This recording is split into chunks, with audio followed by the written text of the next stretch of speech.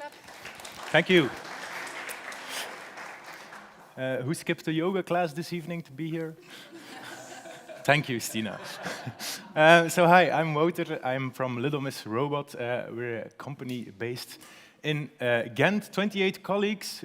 We're part of the Leap Forward group, which is 4 companies, and we combine everything that has to do with design or something linked to design, if it's even the furthest from what you think design might be.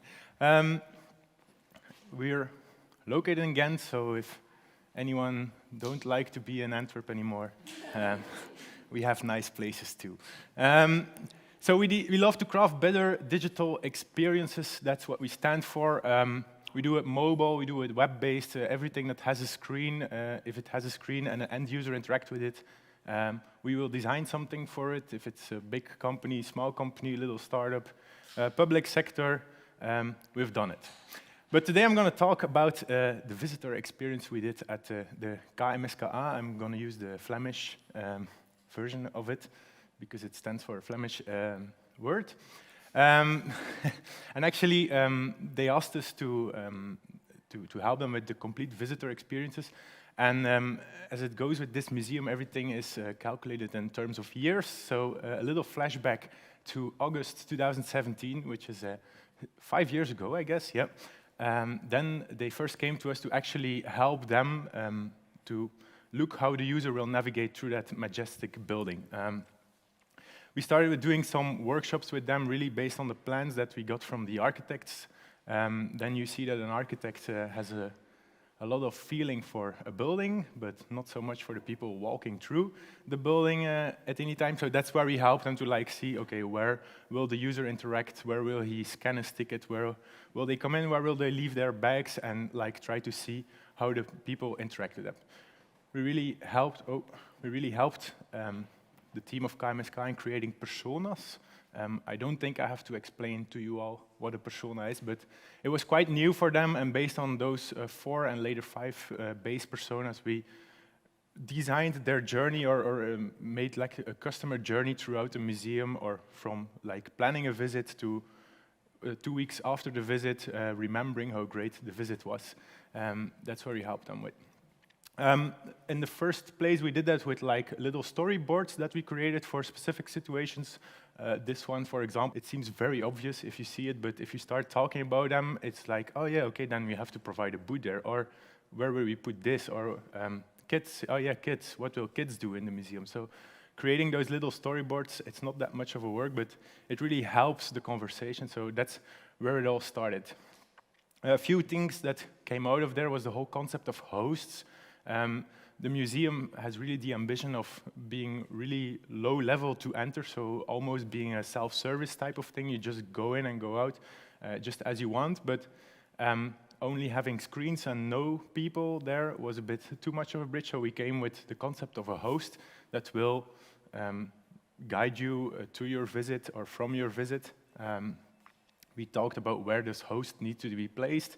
There were some challenges there, like if you put them outside, okay, you will need codes for those hosts, because outside it can rain, it can be cold. All those little details, they matter. And I think doing all this extensive user research, really trying to be the voice of the user, bringing the user within that process, helped us in creating a better experience for the museum. It also helped the museum in thinking from a user's point of view.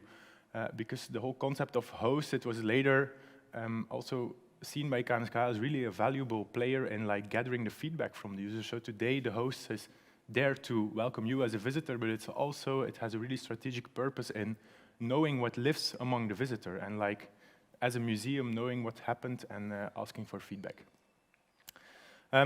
Another big important point at this museum is that it's so big that you just get lost in it, and it's actually they built buildings inside a building, so it couldn't be more complex in that opinion. So wayfinding was a big problem from the start, how will people know where to go, where they are, where they need to be, if they need some facilities or anything. So there was this idea of a map which you can put overlays and transparent paper. It's great in the design phase, and still you start budgeting it, then it's quite an expensive flyer. And then we also had the whole thing with the audio guides, which look great. Look at this amazing piece of technology. It's so simple, it only has 16 buttons, so great. So the question started to raise, maybe we need an app. And I think it's something you all hear, if you're working in our sector, you always have that client like, I need an app, just build it. I know what I want. Here's the list of features, just start building it. And we are mostly like, yeah, are you sure? Because an app is not that easy. This is, for example, the number of apps that are out there until today.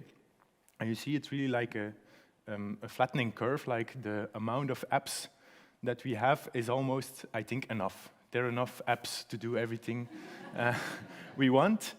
So I need another app is often not really a good idea, or maybe a thing you should think about in the first place, because also it's not an app is not good for exposure. Yeah, we want in the App Store for exposure.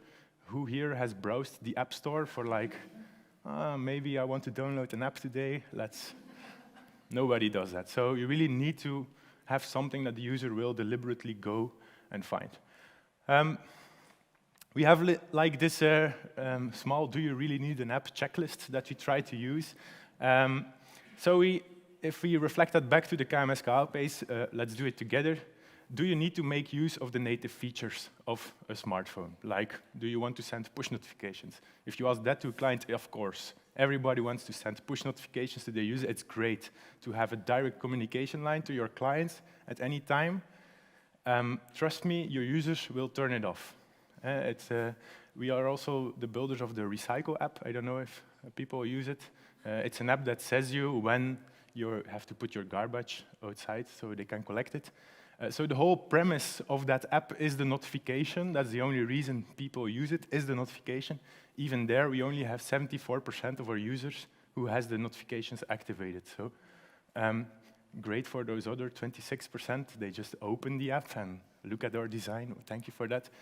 So push notifications, if you don't have something useful to communicate, don't rely on it. Sensors, good idea for a museum. Yeah, we can put beacons, and if somebody's in front of an artwork, they will see immediately the information they have for that artwork. Yeah, good idea until you start talking about drilling holes into the walls of that museum, and you start budgeting a lot of beacons for all those artworks. Then yeah, no, we're not going to do beacons. So the client wants it, but actually not really a good idea. Second point, isn't the problem solvable by another platform? I think it is. I showed you the great device we have. So an audio guide, it's covered. There is hardware for that. There is a map. You can build a map. So if you're lost, you have a map. Great. So actually, yeah, no, we don't need an app because there is a solution for that. But if you start to think about the accessibility, about those devices, it's not that great. I think a smartphone is so well used today. It's almost 15 years old. So also people who need assistance, who need bigger letters, who need a voice that reads the text that's on screen. We have hardware there. It's invented. You don't have to redo it. So yeah, we might say yes, it isn't solvable by another platform, and maybe we do need those native features. We do need the screen reading capabilities. We do need the options of linking your hearing devices to your phone over Bluetooth. So that's a check on the first one as well. Is performance important? Well, yeah, I think performance is always important. As Ivan said, it's even for animations, performance is important. So a web app, okay, we can work with it, but also we want to play audio over it. The network connection is not that good in the museum on every place. They do have Wi-Fi, but we all know how it goes with Wi-Fi and big crowds. So let's try to focus on offline storage. Will it used frequently? Well, within the museum, I hope so. So yeah, people will use it constantly, I hope so. So because it needs to be available in flip of a switch. People will not walk like this inside a museum. They will walk into the museum and maybe say, okay, yeah, there's something more, there's something to listen to. So you want them to have it quick and not to find the URL or scan a QR code and load the whole website. So It needs to be there. Do you want in-app purchases? Maybe also an important one. Do you want to make money through your app? I think it's a valid question. For the museum, it was a yes. They really wanted to have like the one-click purchase for buying tickets, like the Apple Pay mechanisms and everything. But there's like the big platforms who provide those payments take quite a big amount of money on that. And as the museum is a government, it's not a big thing, so fuck the in-app purchases. So yeah, we do need an app, let's go. Okay, we're gonna build an app, now what? A few learnings I want to share with you while building the application is, the first one is you don't need to make a new pattern. Don't reinvent the wheel. Who remembers this? The day that Steve Jobs launched the App Store? Somebody knows when it was? 2008 it was, so it's, but almost close. So it's 14 years ago. That means that you guys are really old, wise men. It has been there for a long time. So let's be clever about it. A lot of it has been explored already. So just like reuse what's out there, reuse the patterns that are out there. For example, the swiping left and right. I know Ivan mentioned it already. It's so easy because we all did it in the Tinder app. We swiped left and right. So it's a gesture we're used to using. Same goes with the audio player. We have an audio player because there's a lot of audio linked to the artworks. Yeah, of course, you can collapse the audio player because then people can continue browsing the app or maybe read what was linked while listening to the audio. No, we didn't invent that. It's actually, there's like this app who plays music, who does exactly the same thing, who does a swiping left and right. Yeah, we stole it. There's no shame in that. The pull to refresh, yeah, it's obvious. I know everybody expects it, so just use it, just do it. The swipe to go back, mostly on iOS. Android has like still this physical button on some devices, but just swiping to go back. Have you ever used an app who doesn't support it for the iOS users? No? It's terrible. Try it. So you really expect it. Pinching and zooming. It's obvious. I know you're all looking at me like, we have designed, yeah? So just do it in every app. It's so obvious, so don't reinvent the wheel. But the second learning is, oh, am I over time? Okay. Oh, sorry. Second learning we had is context does matter. I think, I don't know what the next slide was.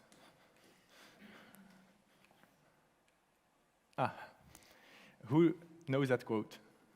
I build digital products that make people's life easier. Who has used it?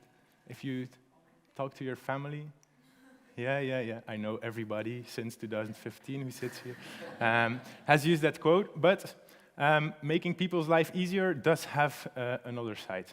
Like, for example, we all know the little sharing steps. It's great. It makes people's lives easier. I want to move from A to B. Great. The journey is great, but when you are at B, the step is there, and it's a piece of trash. The cities are full of it. So it's great for the user, but it's not that great for the city it's in. Same goes for Airbnb. It's great for the user. I want a nice apartment in a city center. I want to live like I live there. But the people who actually live there can't live anymore where they live because the housing prices are just through the roof. So it's nice, focused on the user of Airbnb, but it's not so focused on the whole society around the product they designed. So I want to recommend this talk from Me2We from Mutabor. It's a great German design firm. They have like this whole concept of society-oriented, society-centered design instead of user-centered designs in combination with it. And going into details, it really was an eye-opener for me, so I can only recommend it. So let's go back to the quote. I build digital products that make people within the KMSKA museum's life easier. That's an important context to take with us. Because looks, but yeah, KMSKA says it's the most beautiful museum of the country and even of the world. So the people who go there as well should go. But it's actually, they did a request to create a very focused user testing group from within the start. So really from back in 2018, 2019, I guess, they did a request. There were 5,000 people who wanted to be part of that club, and they selected 100 people who are like the prototyping rabbits, to say so, for the museum. These are some pictures of, for example, some tests. There are no artworks yet in the hallways. They have some prints of just on a normal desktop printer. They printed some art to like give the impression that this will be a museum with art. And they tested everything with those people. Like, how do you navigate through it? What is the content? Do you understand the content? Do you like the combination of the artworks that hangs in this room? And so we also, as an app builder and mostly on the digital part, we also had the opportunity to work with those people. They tried the audio fragments. It's kind of important if you give content that you put people in that context, give them the artwork, make them listen to it. It was also COVID. That wasn't great. So we also did a big testing day, like I think 1 month, it was the 4th of August, so 1 month ago, a big month ago, with I think 400 people then who tried our app, tried the whole museum with the actual artworks. I can tell you I have never seen our developers so stressed like that day. Because when you release an app, you have to submit it to Apple and Android, and Apple has like this validation process, who is like kind of a big box, and when they decided that you're allowed in their store, then you can have it. And I think they took a day off on the day we had the testing day, because normally it took like 1-2 days, and the app was approved to the store the evening the test day was over. But we fixed it. There was a way around it. So that was great. But a few things that came out of there is, for example, listening to the audio. If you have a audio guide, there's sound to listen to. Yeah, it's great. Those devices have speakers, and then you play and you just listen to it because, of course, you forgot your headphones. Bringing to a museum, who needs a headphone? If you're walking to the museum, it's not in the opening weekend, but sometimes it's a more quiet atmosphere. You don't want to hear like 50 audio guides playing all the sound that's there.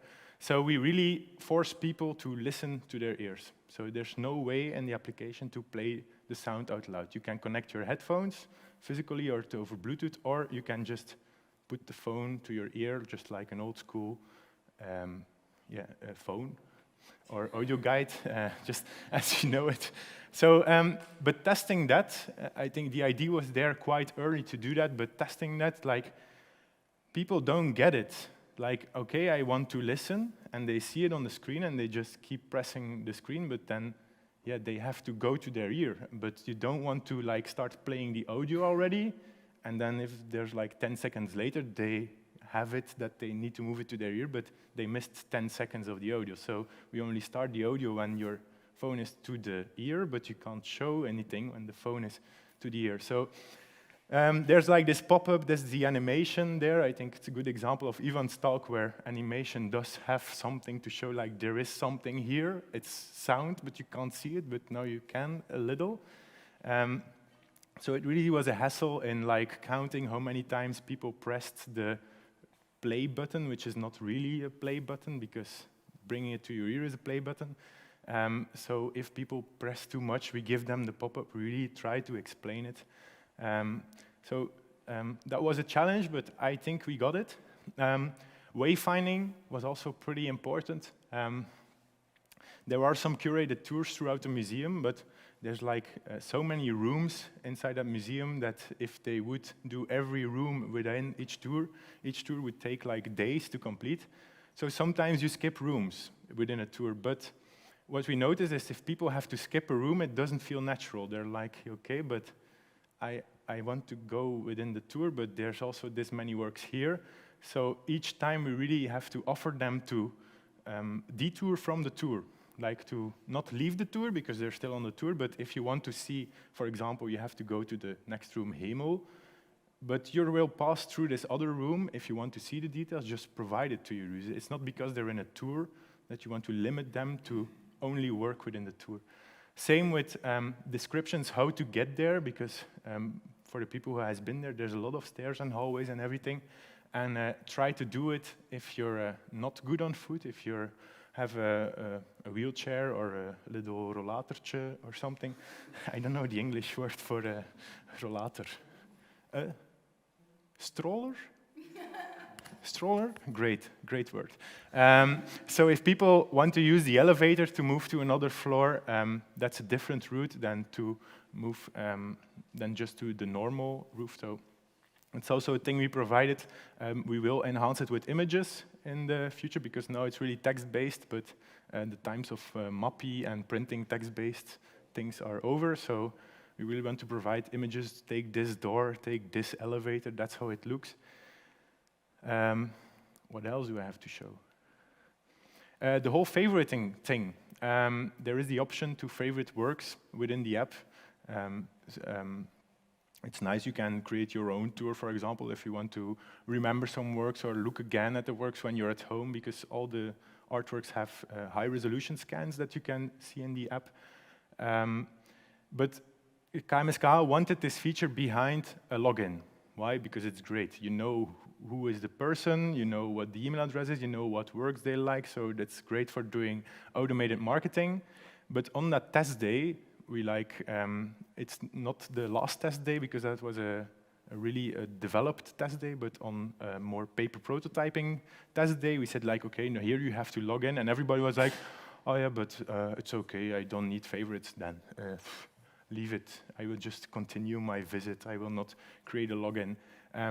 So showing that to the client, like, okay, we tried the favorite thing, nobody will use it, so we will build it. It will cost you a lot of money, nobody will fill it out, so you have no data and a lot of less money less.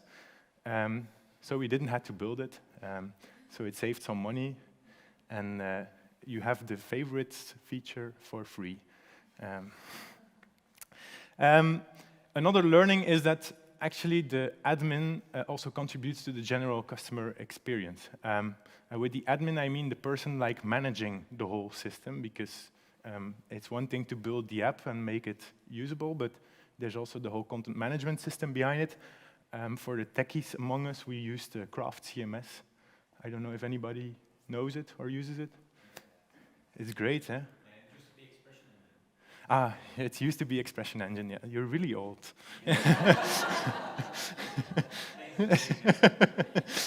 No, but it's a great CMS in our opinion, because why? It's an empty box. If you start from it, it doesn't have like a structure. You don't need to build websites with it. You can just manage data in there and just put a GraphQL API out of there, which is really handy from a dev perspective. And it's open source, so you don't have to sell crazy expensive licenses to a government instance, which is always a bit weird because they want their own servers in the museum who died the night before the opening because they cut the power. But anyhow, it worked. But actually, the admin has a big responsibility in there because they decide how the content is structured within the application, and you can create like the best or reuse or steal the best UX patterns. If the content is shit, then yeah, your experience will not be as good as well. So we really tried to, at one time, provide a really user-friendly CMS system in as far as possible. But it also, we added, after the last testing day, some additional features to the CMS. For example, you see here downstairs, there's the room index. I think I have a zoom. No, there it is.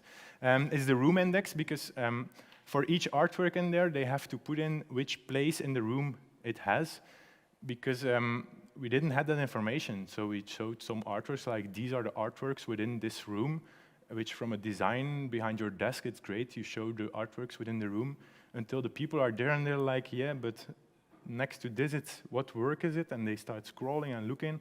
And so it's like this little detail who takes away a little frustration, but you need the content editor as well to understand it, to manage it, to know what he needs to do with that information, because if you don't have it, you can't implement it.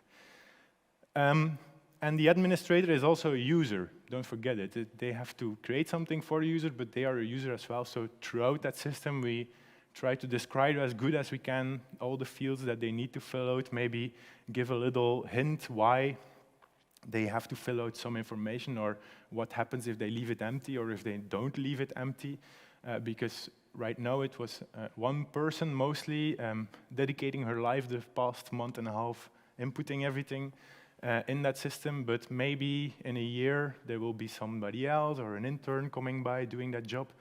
Yeah, if then somebody has to start like, yeah, how was that again? Let me look, maybe we should call Little Miss Robot. It's not that we don't want to help, but there are more fun things to do than like explain a CMS system to a client. So that's what we try to do as well. Another learning is accessibility, inclusiveness. It's not just a simple checklist. I know it's a hot topic. There's a lot to find, a lot of documentation on like how you should implement accessibility, what are best practices to use, but it's one thing to follow the checklist, and it's one thing or another thing to see it in reality. So we kept a big backlog of everything that is like an accessibility problem. Like, because trust me, when you just build something, it's a big problem.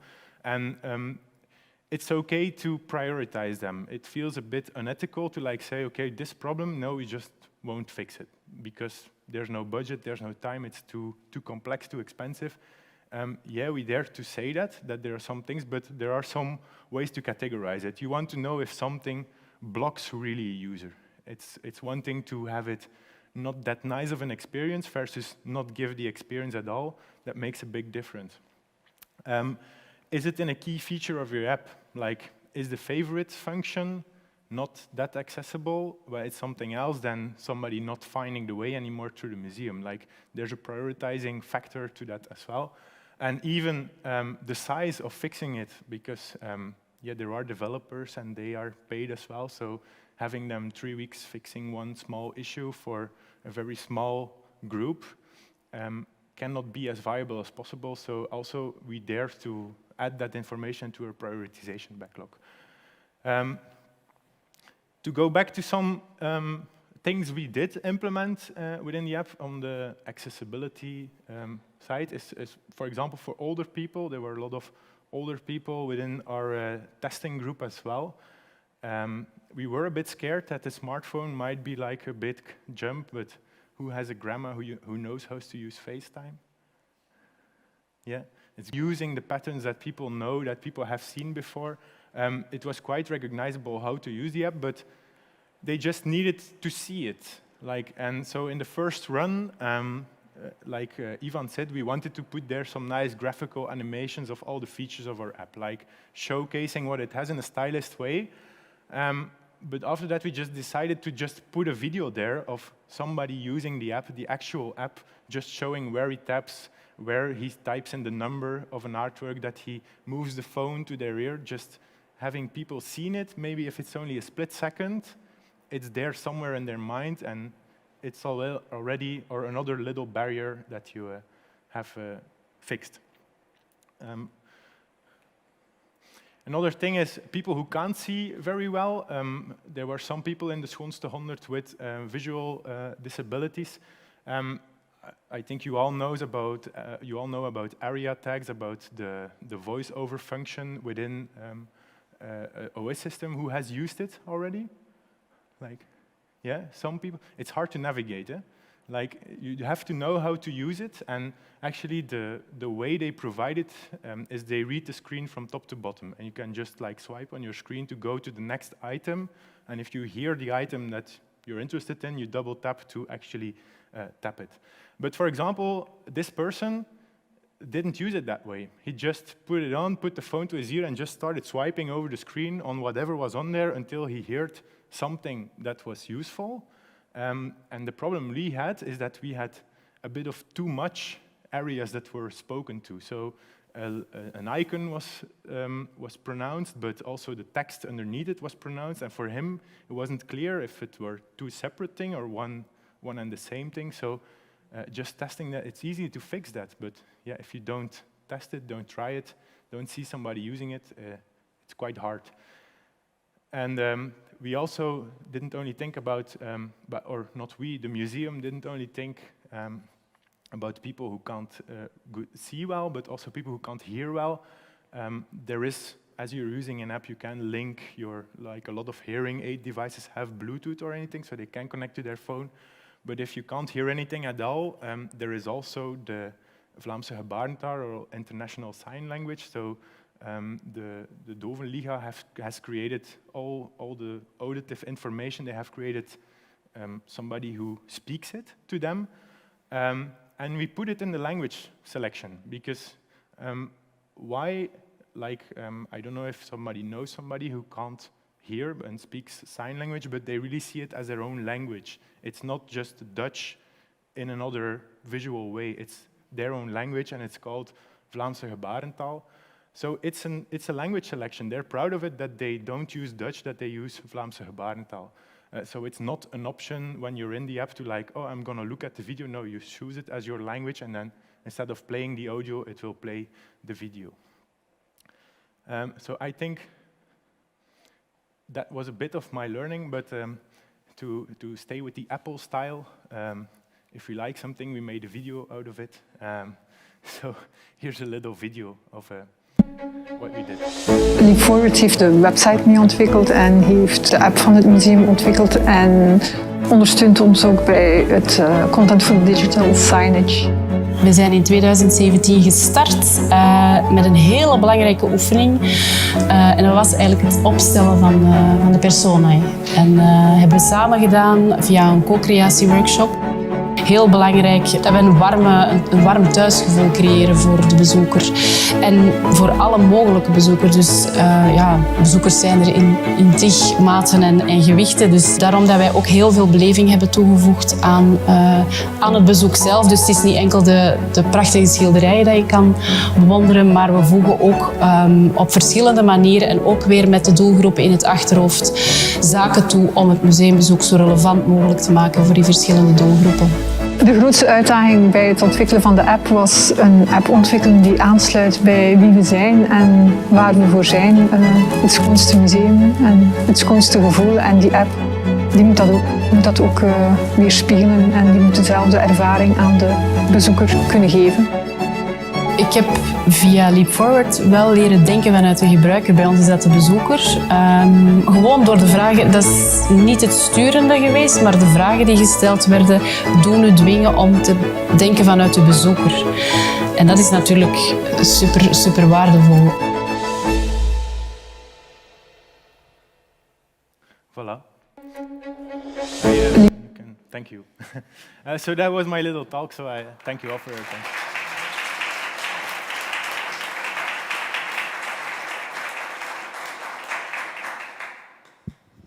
Thank you. That was fantastic.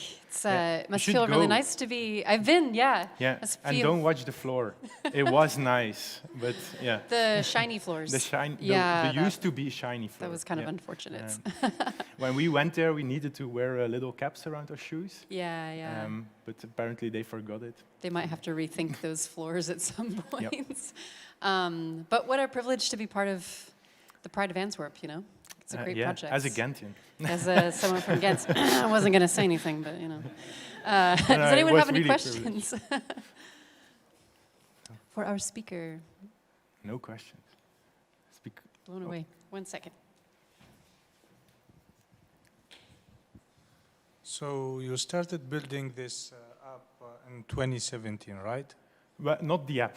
We started with the whole visitor experience within from 2017, but I think we started on the app like in the late 2021. It will be something like that. So, of course, during your research, starting from 2017 until 2020, there is the pandemic situation.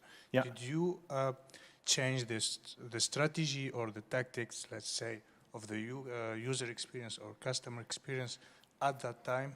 Is there some change that happened? It's a good question because I haven't thought of it like that, so I would want to say no, but as we started building on the app specifically after the pandemic or during the pandemic, we were already in that context, but I think the museum was about to open normally in front of the pandemic, but due to the pandemic, it moved all behind. So I don't think it really had a big impact. It mostly had an impact on how we worked, because we were all from home. But No, not that I recall. Not that I recall. But I should reflect on it actually, because I haven't thought of it if we change things, not deliberately, at least. Yeah, because excuse me, so, you know, for example, we need the distance between users. Mm-hmm. So should we inform the administrator, for example, that there are some people near to each other, for example, less than a meter or no? Yeah. So Yeah, it's. suggested some features to the administrator as his user, for example. So Yeah, well, to be honest, not from our part. That didn't really happen, but it's now you speak about it. It's nice to think about it as well, because this isn't finished. I think that's also good to know. Well, it seems like just the fact that you use your own personal device instead of one of those like clunky audio phones that a lot of them have, that's already pretty pandemic. I haven't thought about it, but yeah, great that we, but it wasn't deliberately like a choice, like we can't use audio guides anymore due to the sanitary situation, so yeah, let's build an app. It really was their idea to have a bring your own device strategy, or use some devices from the museum if you don't have access to a device, but I don't think a sanitary reason wasn't really the driving for any of the choices right now, but of course it's within the situation, so yeah. Yeah. Well, they were closed for 11 years, so, you know, they can wait out the pandemic, I guess. We'll just wait. Yeah. Any other questions? Yep. That's it. Yeah, I think you can hear me. I'm just wondering, like after the visit, does the customers still keep the app, or you Yeah, have like but some? the museum is open for 2 days now, so we're gonna see what the retention time is, but one of the goals was really as well to unlock the full collection of KMSKA, because they have way more works than they have within the museum, so they are all accessible through the search and through the catalogs, and they have like very high resolution scans of each artwork. So we're gonna see if that does something, but it's not a thing that the focus was really on until today, because they have these IDs like with the favorites and automated marketing, and there was a huge list of IDs, but then suddenly 11 years became 2 months and became 2 weeks, and so there are still some IDs on the backlog to give an honest answer on that part. It's good to know. Okay, one last one. Thinking further than retention, can you use the app to visit the museum and stay at home? Actually, you can. Yeah, if you can start a tour, you can just swipe through a tour, you see each artwork, you can listen to the sound, so all the information that they have about the artworks is actually within the app as well, so it is a possibility to do the tour, have all the information, just not going to the museum. Is it something that the client liked? Or Yeah. Or That was really a disliked? goal, because we also created the website. We actually created 2 websites, one from long ago and one from a little less long ago. And one of the ambitions of that website was really to expose the whole collection to the public, because that's the goal of the museum. It's public, well, it's public property of us as a nation, to say so. So it's not their goal to make money and like sell you and buying a ticket and come visit the museum. Of course, it's nice if you can go and look, but their goal is to share the art we have within that collection with everybody that can possibly enjoy it. Yeah, I don't it's have free. a question, It's free. Yeah. but I wanted to say thank you for considering inclusivity and diversity. Yeah. Okay, thanks. Before we close tonight, I just want to thank both of our speakers. And we have a tradition from the very beginning of UX Beers to give a little token to our speakers. It is a limited edition, exclusive patch It will be nice here. that you can put on There's nothing yet. your jean jacket, you know, or yeah, your I leather need it. jacket or something. It's very old school. Thank you. Yvonne, I have one for you too as well. Yeah, here you go. Thank you very much, both of you.